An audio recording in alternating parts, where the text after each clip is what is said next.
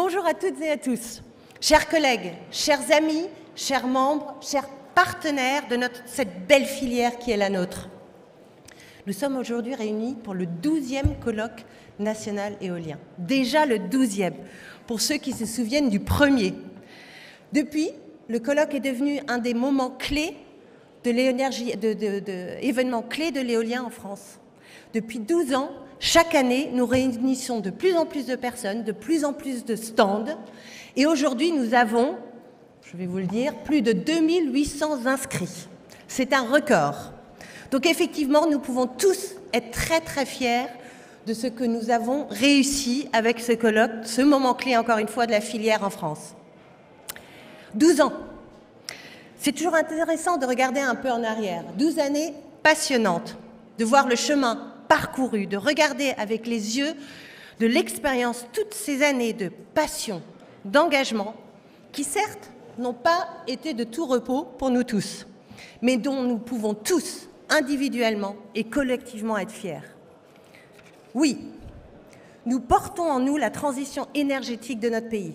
Et pendant toutes ces années, nous avons cessé de porter haut les couleurs de l'éolien en France. Nous avons soutenu, parfois à bout de bras, la transition énergétique de notre pays. Nous avons essuyé des tempêtes, littéralement des raz-de-marée, tout le monde s'en souvient. J'y reviendrai plus tard d'ailleurs. Mais aujourd'hui, nous sommes toujours debout, nous sommes là, debout face au changement climatique, debout face au conservatisme, debout face au déni de la réalité. Et permettez-moi ce petit plaisir de cette métaphore, les ailes du changement sont toujours portées par le vent. L'année écoulée aura été une année particulièrement importante, peut-être même une année charnière pour nous.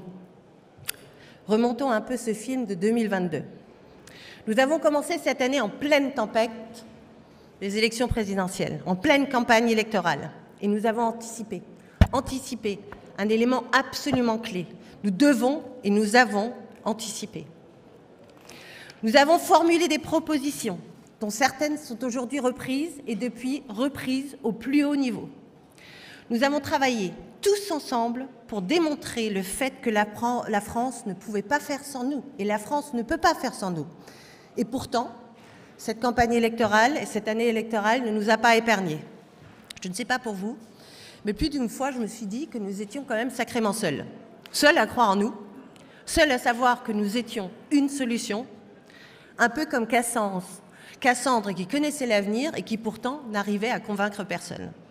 Personne ne nous entendait dans une campagne présidentielle où rien n'accrochait, absolument rien. Nous savons que nous sommes devenus un objet politique. Et nous en avons fait collectivement, bientôt, très tôt, suffisamment tôt, ce constat. Nous avons travaillé dur sur des propositions, sur notre capacité de porter et à nous faire entendre. Nous avons dû nous adapter, sortir de notre posture très technique pour endosser des habits médiatiques et parfois même politiques. Nous avons réussi. Et nous ne sommes pas trompés. Souvenez-vous, le soir du débat entre les deux tours de l'élection présidentielle, pendant 7 minutes, pendant plus de 7 minutes, notre filière a débattu. Rendez-vous compte du niveau d'exposition de notre filière de 25 500 personnes. Une nouvelle fois, la filière a tenu. Nous avons méthodiquement déployé nos arguments. Nous avons anticipé les coûts. Nous avons su lire les séquences qui allaient se présenter et très tôt, nous avons senti que la réalité allait très vite rattraper les postures. Rappelez-vous, dès janvier 2022, nous posions dans le débat la question de la sécurité d'approvisionnement et l'impérieuse nécessité d'accélérer le développement des énergies renouvelables, et notamment l'éolien. Et dans tout ça, quelle est la réalité ? La réalité, c'est celle d'un pays qui a freiné les énergies renouvelables et qui s'est trouvé sanctionné par l'Union européenne. La réalité, c'est celle d'un pays qui découvre avec stupeur des mots qui sont les nôtres depuis notre origine. Planification, décarbonation, sobriété, renouvelable, diversification, sécurité d'approvisionnement, transition énergétique. Car ne nous trompons pas, ne l'oublions jamais, dans la séquence qui s'est ouverte autour des questions de sécurité d'approvisionnement et de flambée de prix, nous sommes et restons une solution. Nous avons beaucoup démontré ces derniers temps et ces dernières années que l'éolien était désormais incontournable. Déjà au cœur de l'élection présidentielle, nous avons porté haut et fort les capacités redistributives de notre filière. Souvenez-vous de cette conférence de presse que nous avons eu l'audace de faire entre les deux tours de l'élection présidentielle. Et 7 mois plus tard, c'est le ministre de l'économie lui-même qui annonce que les ENR contribuent à 75% au financement du bouclier tarifaire. Le bouclier tarifaire qui nous protège tous de la flambée des prix de l'électricité. 7 mois plus tard. Et d'ailleurs, quelques jours après la conférence de presse, le président lui-même, souvenez-vous, est allé voir un parc éolien en mer et a visité une usine de pales. Quelques mois plus tard, il n'y a pas bien longtemps, nous avons eu la fameuse circulaire, le 16 septembre. La circulaire, l'instruction demandant à l'ensemble des préfets de France de débloquer et accélérer le développement des énergies renouvelables. Et même si, nous l'avons rappelé pas plus tard que la semaine dernière lors de la conférence de presse, il est important, il faut que nous soyons vigilants, il faut qu'on suive de près le suivi de cette instruction, cela reste néanmoins un signal qui rappelle à tous que nous sommes absolument cruciaux et indispensables pour que les Français aient de l'électricité ces hivers et ceux à venir. Dans quelques jours, une loi portant sur l'accélération des ENR sera débattue. Et même si son contenu et malheureusement aussi son issue restent incertaines, constatons ensemble que c'est la première loi qui ne parle que des énergies renouvelables. Et ce n'est pas une loi qui parle de « on est pour », « on est contre », on n'est pas pour ou contre l'éolien, mais c'est une loi qui traite le sujet « Comment l'éolien en France ?»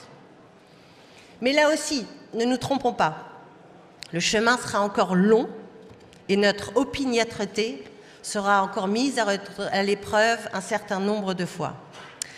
Il est donc davantage et très important de rester dans notre lancée, de poursuivre inlassablement le travail des propositions des armées engagées depuis plusieurs mois.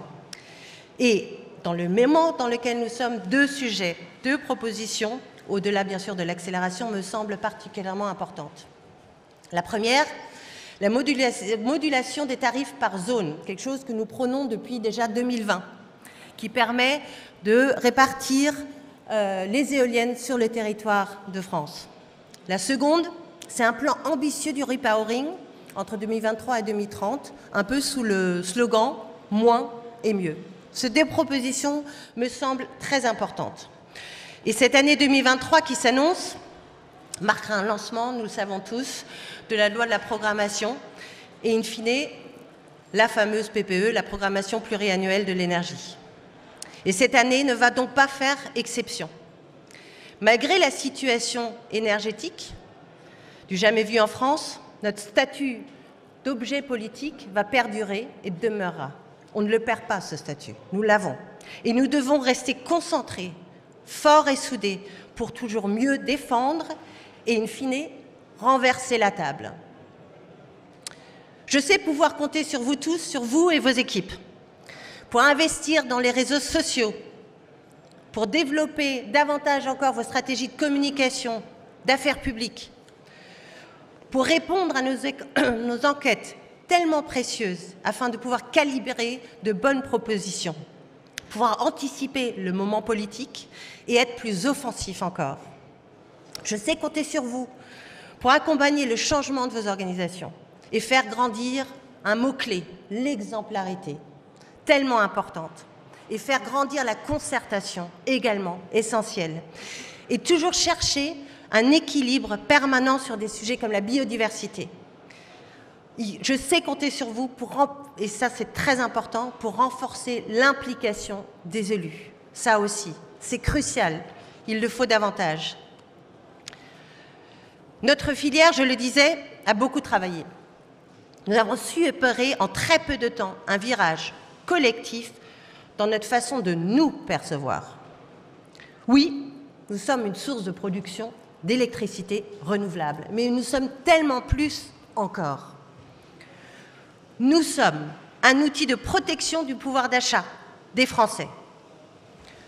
Nous sommes un moteur de redynamisation des territoires.